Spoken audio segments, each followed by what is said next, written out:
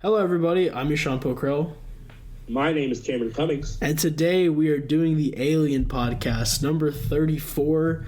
Actually, it's more about UFOs than aliens. It could be aliens. It might not be aliens. But we're doing this. There's actually a reason for us doing this. First thing, we're both really interested in the whole UFO alien thing. But also, over the last couple of weeks, American fighter jets have shot down 3 UFOs around the country. So there was one in Alaska. There's one just in the border, on this southern side of Canada, and then also one in Michigan, Lake Huron.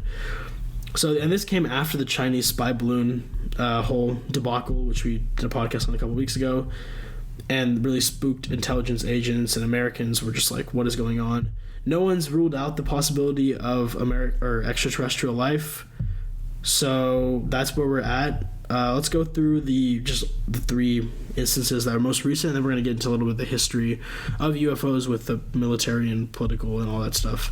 So the first UFO from last couple weeks ago was shot down on February 10th in Alaska, the northern part of Alaska, I believe.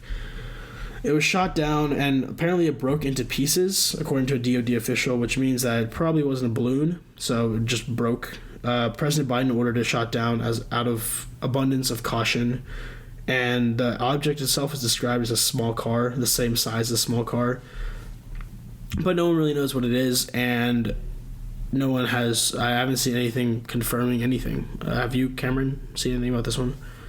No, because obviously this happened, as of recording, it's the 22nd, so it's been, less than 2 weeks. And also, since the whole spy balloon thing came out, they're keeping things a little bit more tighter wraps. But also, since the spy balloon, people did criticize Biden for being slow on acting. So I guess at least this time you can't say he's slowly acting on it. If they see it, they're shooting it down. I'm not going to give a time frame, but pretty quickly. They're scrambling jets or getting something out there to shoot that whatever object is down. Yeah. So, that was the first one. I remember seeing that, and I was just like, okay, this is weird, but I didn't really think much about it.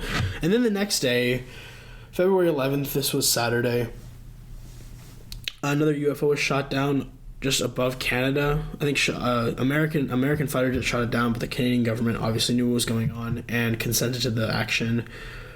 The officials in Canada, this is where it gets weird. Officials in Canada describe the object as cylindrical in shape, so a cylinder. I don't think most things aren't cylindrical that fly. I feel like, again, no one has confirmed what it is, and Prime Minister Trudeau of Canada applauded the mission and thanked them for their swift action. So this one was weirder to me because this one's the object was cylindrical.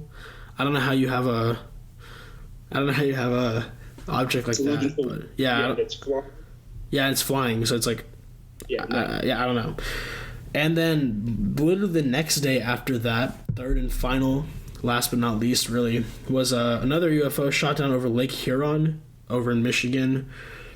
This one actually appeared in Montana the day before, but I guess they waited for, I don't know what happened, but both Canadian and American governments decided to wait on any action.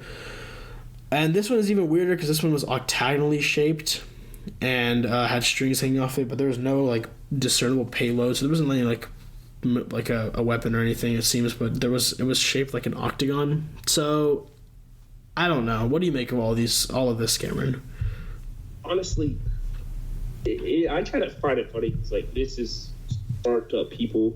I mean, honestly, the alien people were kind of quieting down. Not saying they stopped, but they were quieting down. But pretty much the second the Chinese spy balloon, we shot that down, everything's coming out of the woodworks. Cylinders, octagonal, all different shapes, sizes, and it's some the size of a small car. And I know the next one was, I think it was on the 17th, right, February. That wasn't a UFO. That was just the They said we should probably go with that. They stopped looking for them. What? So I know on February 17th they stopped trying to cover the remains. I know the American Canadian governments just agreed to stop, and then both governments claimed that terrain difficulties and weather conditions prevented a smooth recovery of any objects. Yeah. So would you like me to read? Would you like me to read what you have in? You can read it. I mean, it doesn't matter.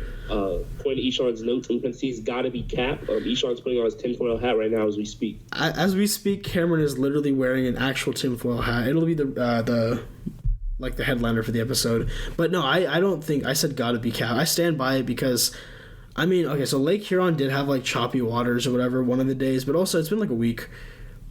It's also a lake. It's not like an open sea. It's also in U.S. territory. There's no way you can't get to the like around Lake Huron. Is my point. I guess Alaska and Canada could be a little difficult depending on where exactly they were. I know Alaska was actually in like the Arctic kind of area, so it does make sense that if they can't recover that one, that kind of does make sense. Canada, I'm not sure, but I just think that, I mean, you would hope, honestly, I'd hope that we would have better resources to be able to find things like this. And also, like the exact location of where these are falling because you have the cameras, the technology to look for it. So it's just, I just find it interesting. That first thing, they didn't really say anything about. They didn't really provide any updates about what they were, what they think they were. The only thing that really anybody said was that no one could confirm it was aliens, which is also obviously saying that it can't be confirmed that it wasn't aliens. It's like a lot of doublespeak. And I think stopping the search is the wrong move. And I think it's going to be a very unpopular move too from both people that really are interested in UFOs and also the broader American and Canadian publics. Those are the newest incidents of UFOs, the last 3. To go, like, we also wanted to cover the history of, like, not like the recent history of big UFO, like, sightings and claims over the last couple of years. And I know Cameron's really excited for this part, so I'll let Cameron just go through a lot of what he's done on research and also what's happened in the past couple of years leading up to these moments. Okay, so obviously a little bit after this, we're going to talk about like reactions from like Congress and just people, but we're going to go into like some past events. I have had the tinfoil hat on, so I'm protecting myself from the alien invasion if it does happen. So the Chinese spy balloon pretty much like kicked all this into motion ever since we shot that down. These have been coming out of the woodworks, like I said.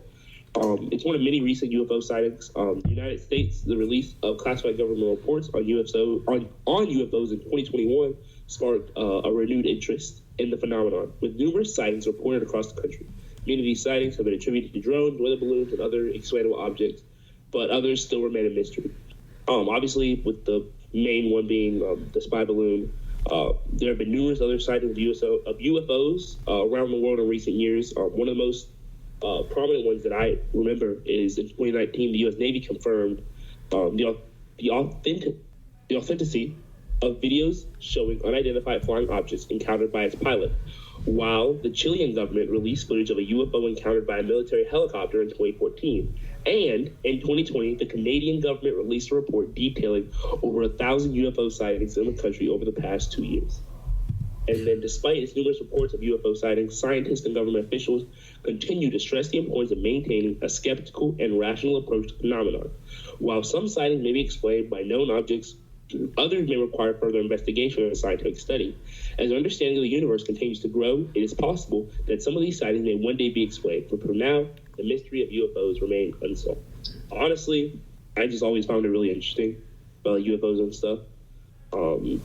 Area 51, all things like that from like cartoons that we all saw as a kid. And we think like monsters versus aliens kind of thing.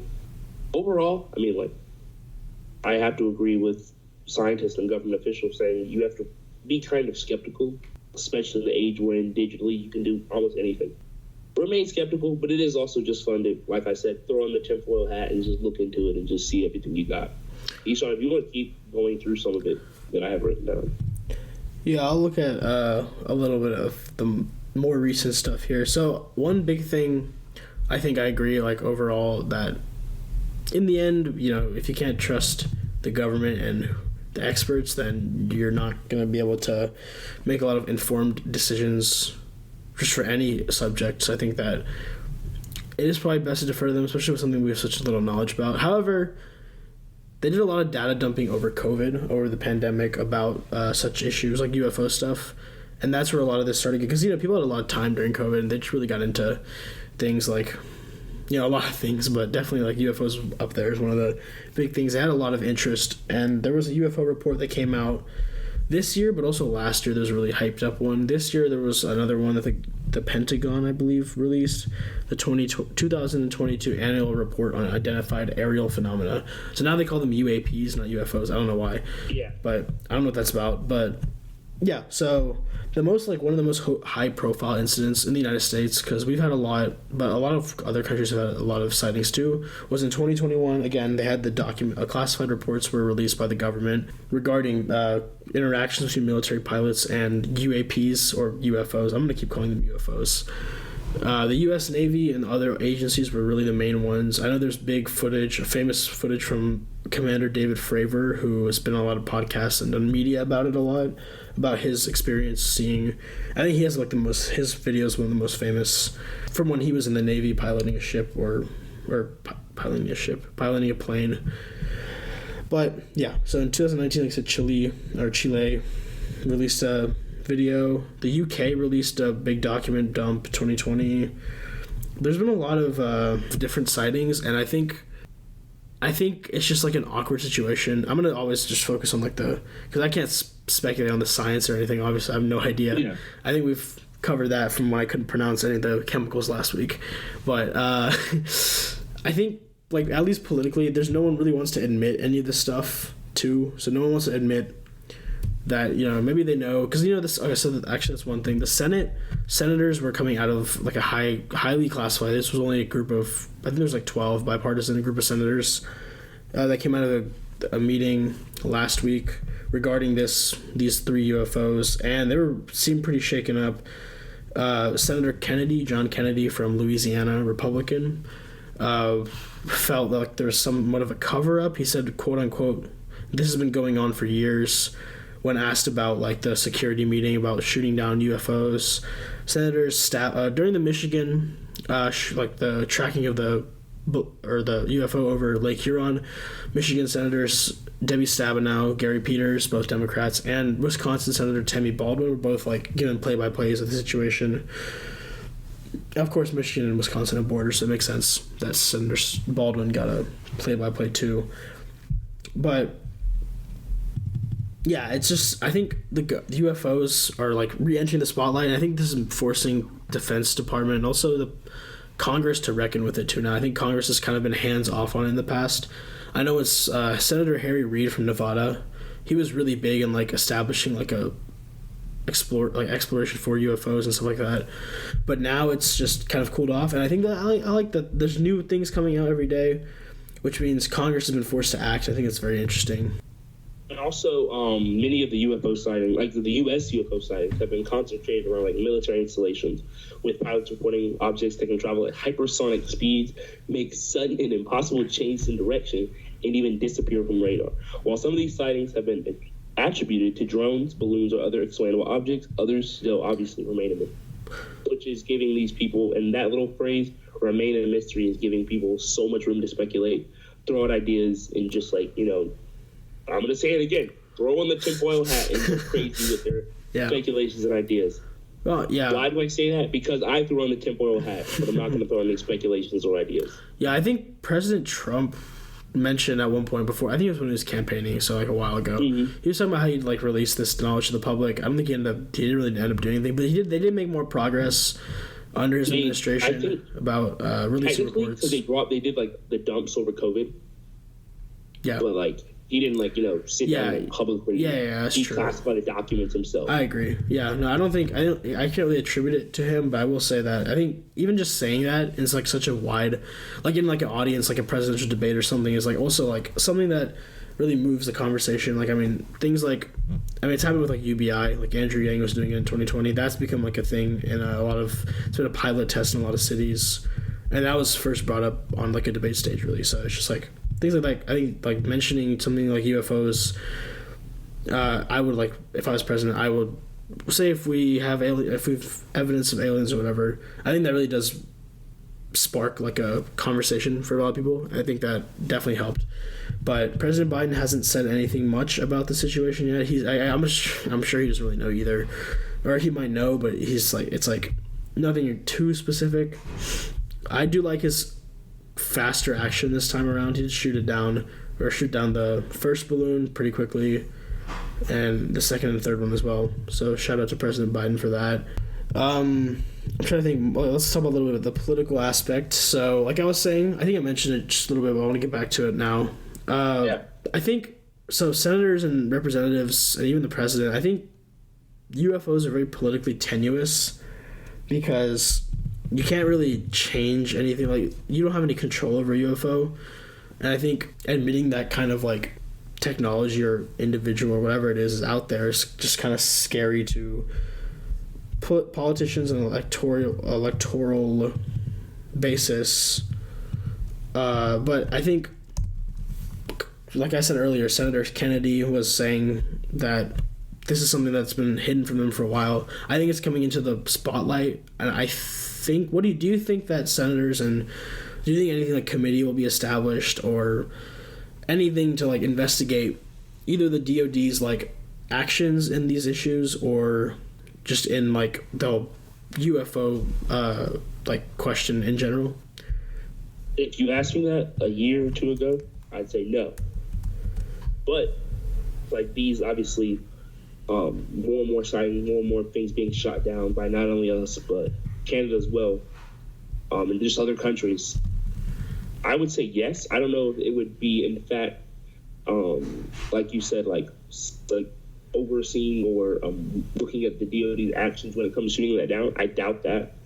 But something for like convening together and speaking about this and coming up with ideas of how to portray it to the people and what to do about it. Yes, I think that's absolutely possible to be seen in the next year or so if these continue with the frequency that they are, because we've had, what I can say, 5 in the past less than 2 months.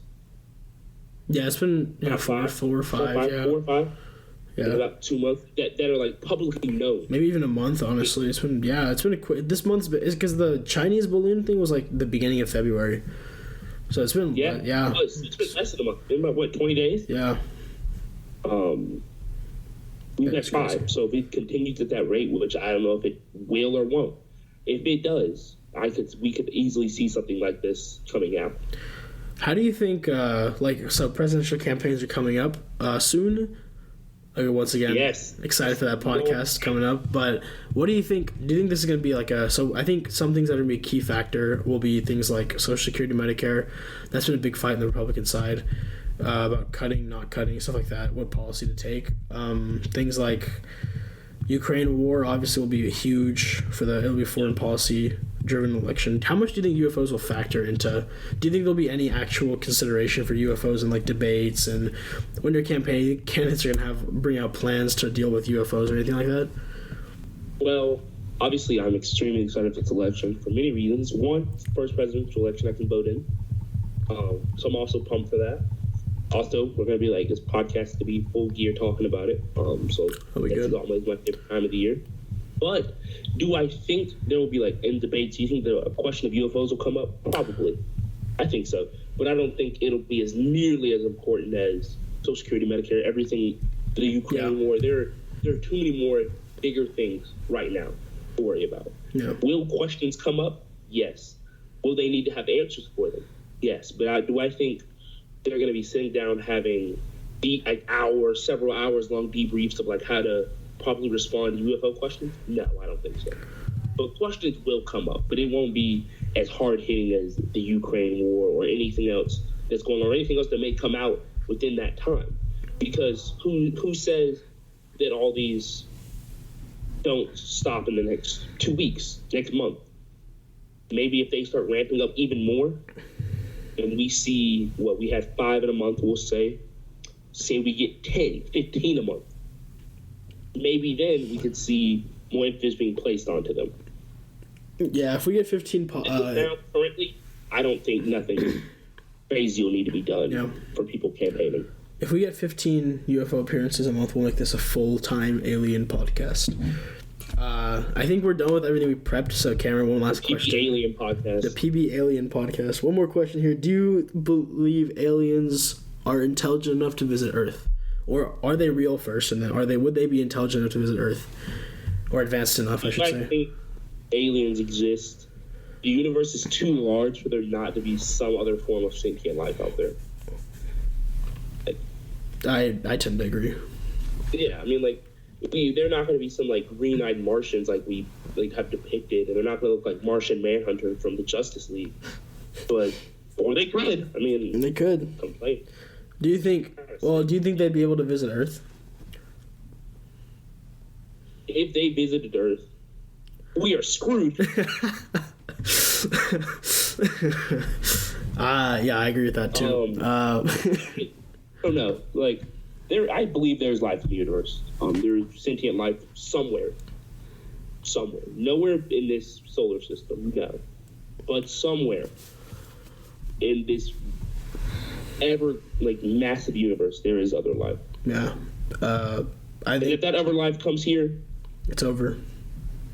We're going to be the PB Alien Podcast. Yeah, the PB Alien Podcast streaming Mondays, Tuesdays, Wednesdays, all the week. I don't even know how to. Yeah, every day. That's all we have. Which again, kind of like a goofy episode. We've done too many science episodes, 2 straight science episodes, trained chemicals, and then now aliens. But it's fun science, so it's fine. Again, this is also a developing story. Also, it doesn't help that no one really has told anything by the Department of Defense and anybody, so maybe more clarity will come out soon. If it does, we'll update you either on the website or on the Instagrams or the podcast. Who knows? Share everything with your friends. PBPolitical AO, PBPolitical Podcast. Check out our Instagram reels are doing really well. So, boosting the reels. Instagram reels are going crazy. Check out the YouTube Shorts too, though. Yeah, our Instagram reels are going wild, so that's good. Check out the YouTube Shorts too. All that stuff. It's all the same stuff. Thank you for listening. I'm Eshan Pokhrel. My name's Cameron Cummings. And goodbye.